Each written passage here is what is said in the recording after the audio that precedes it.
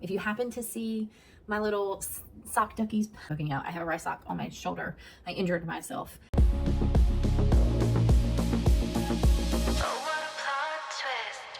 Hey guys, welcome to today's video. Thank you for clicking and watching. I certainly appreciate it every time you guys tune in. We have my February wrap up today, which was not a lot as far as quantity, but I feel like the quality this month was super on point. There were so many that I just did not expect to love as much as I did. And even books that I did not want to read just ended up blowing my mind by the content of it. We're going to start off by throwing up my stats this month. I read 16 books, which to me is not a lot of books. But when I was sitting and talking to a friend of mine, I was like, I only read 16 books this month. And she said, I read 2. And I'm like, oh. Sometimes I need somebody just to put me in my place and tell me I'm being obnoxious. And she's the friend that does that for me. I don't know what I would ever do without her in my life. I really should preface by saying that's not normal either. I have no life to speak of. So all I do is read, really. I guess to me, 16 books feels like I've just been doing more like watching TV or playing on my phone than I generally enjoy. And so I don't know. And it could also be that I've been busy. So here's where we are. 16 books. 4 of those were audiobooks. Read 6,945 pages with 62 total stars. Not a lot compared to February. I feel like February I knocked it out of the park. I think I want to share my favorite things first because those are the things I'm most excited to talk about.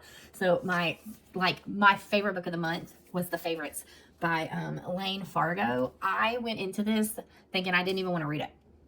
I did a vlog where I did sports romances for a week, and it was like random spinner chooses it, and it chose this, and I was looking at it going, I might veto this one. But then I decided to read it, and I absolutely loved it. Every single bit of it I loved, except for the characters. There was something about the characters in this book that I just did not enjoy reading.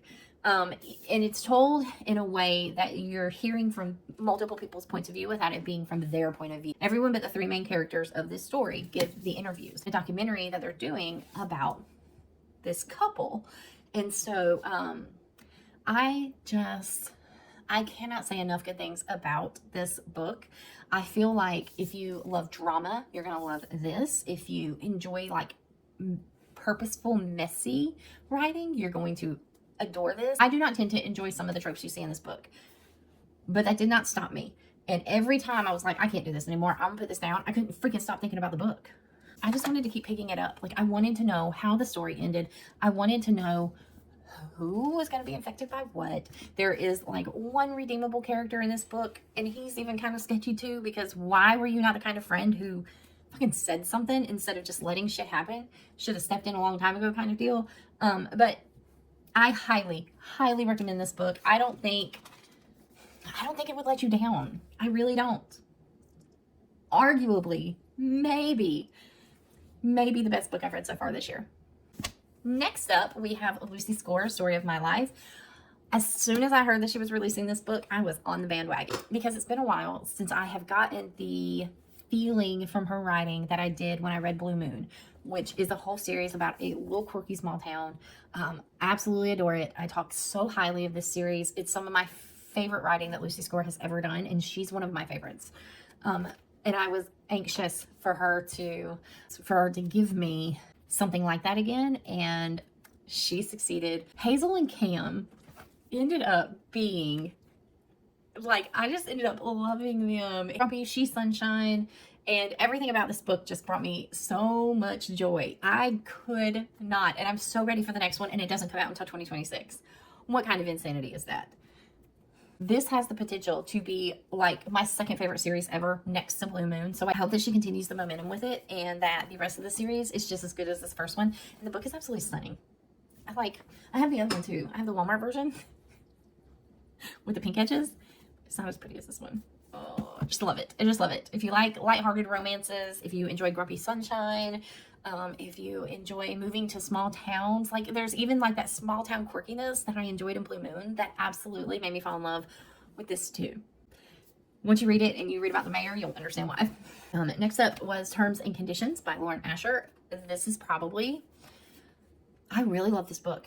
I did not expect to enjoy the storyline as much as I did. I think that this one was more emotionally connecting for me than the first one. But I did find one of my favorite book characters, Cal, in this book. I absolutely adored him and his energy in this book. So I'm super excited for the next one. But this was definitely a good one. Definitely a 5-star read. Oh, I should say all of these have been 5 stars. But next we have, oh, I'm missing one. It's right here. Next we have Scythe and Sparrow by Bryn Weaver. I was so pleasantly surprised by this one. I loved Butcher and Blackbird. I did not love Leather and Lark, so I was really nervous going into Scythe and Sparrow, and I kind of enjoyed it. She was a damn train wreck. Like, she's the worst kind of she's the worst kind of serial killer there is, and she always has to have her knight in shining armor save her. But Fionn was chef's kiss. Absolutely adored every second of his character. All of it. Then we read Wildside by Elsie Silver, and I thoroughly enjoyed Wildside. I gave this one 5 stars as well. I thought the story was very potent. I thought that the way and the care that she took in writing some of the subject matters in this book, I do think this is probably my favorite in the series so far. I'm going to say it. Favorite in the series. I know that the second one was everybody else's favorite. Was it Wild Eyes? Wild Eyes was not my favorite. Then I read Fragile Sanctuary by Catherine Cowles. This was my cousin's book club book for the month, and I have not been I was not a huge Catherine Cowles fan before. I had read a couple of her things. They just didn't stick with me. There's just something the same about them, and so I just never felt the need to continue going. But I enjoyed Fragile Sanctuary. I think that Anson and Rhodes were just lovely. I love their personalities. And I like their backstories. I thought their backstories were really great. And then the way that you connected them, like it's kind of, you kind of know what's going to happen. Let's be very clear. You're not going to get halfway through these and you're not going to expect what to happen. Now, I did not expect who the bad guy was in this book to be the bad guy. I really loved it enough to, I'm going to read the whole series, and I even picked up the physical copies. They're just stunning. So I just had to. The last of the 5-star books, though, that I have, Crescent City, House of Sky and Breath. I love this. I absolutely ate up this entire book. I ate it up. The ending, like getting to read new pieces of some of my favorite characters in a romantasy series, because they're sprinkled in the end here, was amazing. I love this one. It was better than the first. Dare I say, better to me than ACOTAR. 5 stars. Then I read I Like Me Better by Robbie Weaver. I gave this one 3 stars. It is just, I think, reads a little too middle grade for me. It's a little too young for me. It's a good story, but I definitely think that there are younger queer readers that this book is targeted to, and that's how it should stay. I read Wretched, which this one was the fractured fairy tale for The Wizard of Oz. It was alright. I did not really love this one as much as Scarred or as much as Hooked. It's so, I kind of hope the series doesn't take a downward spiral. I won't be very upset. It was just okay. 3 stars for Wretched. I do think there's someone for this kind of book. This is definitely Mafia vibes. It's definitely more, she's unhinged. We'll just say that. She's definitely unhinged. So if you like an unhinged male C, if you like an unhinged main female character, you're going to love her. The next up, we'll talk about the 4th installment in the King of Sin series, which is King of Sloth by Anna Wong. It was okay. I listened to it on audio like I have all the others, and I just find them easy listens. And that's all this was. This was not like my favorite out of the series so far, for sure, but it was definitely good. I mean, I liked Javier. What did I give this? I gave this one 4 stars. I think that their storylines were different enough, but they kind of were the same, and I thought that was really well done. It's not often it's done well.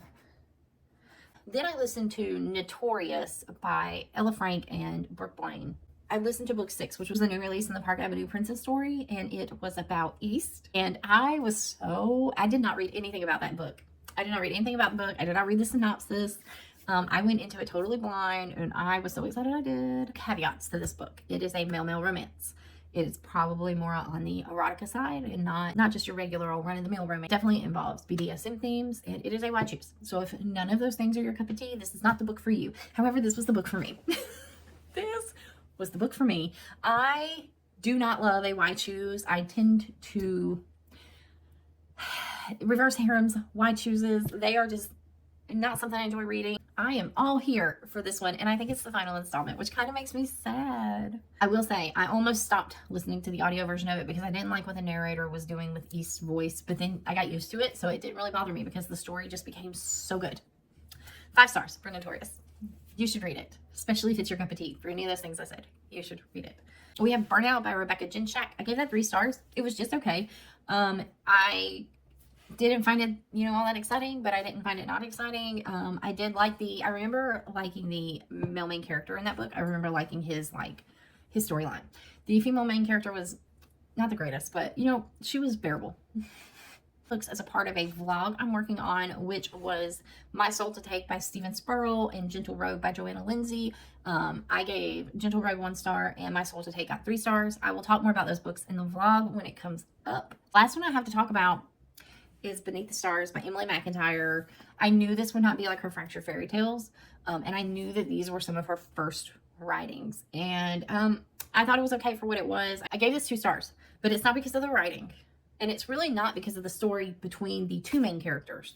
The problem with this for me was how the main characters, this story is about the 2 main characters who are desperately in love as teenagers. They're obsessed with each other, right? And then he's older than her and they have to go their separate ways because he ends up going to college. And so, shit happens. And, he treats her kind of terrible while he's away at college. Like, he doesn't put her feelings first. He doesn't acknowledge her feelings. And that causes them to end up breaking up. She has something tragic happen to her, and that just flames the fire more. So she's full stop, no communication ever again with him. And their lives go on. She dates a few people. He dates around a few people. They have some growth. There's some growth in those years.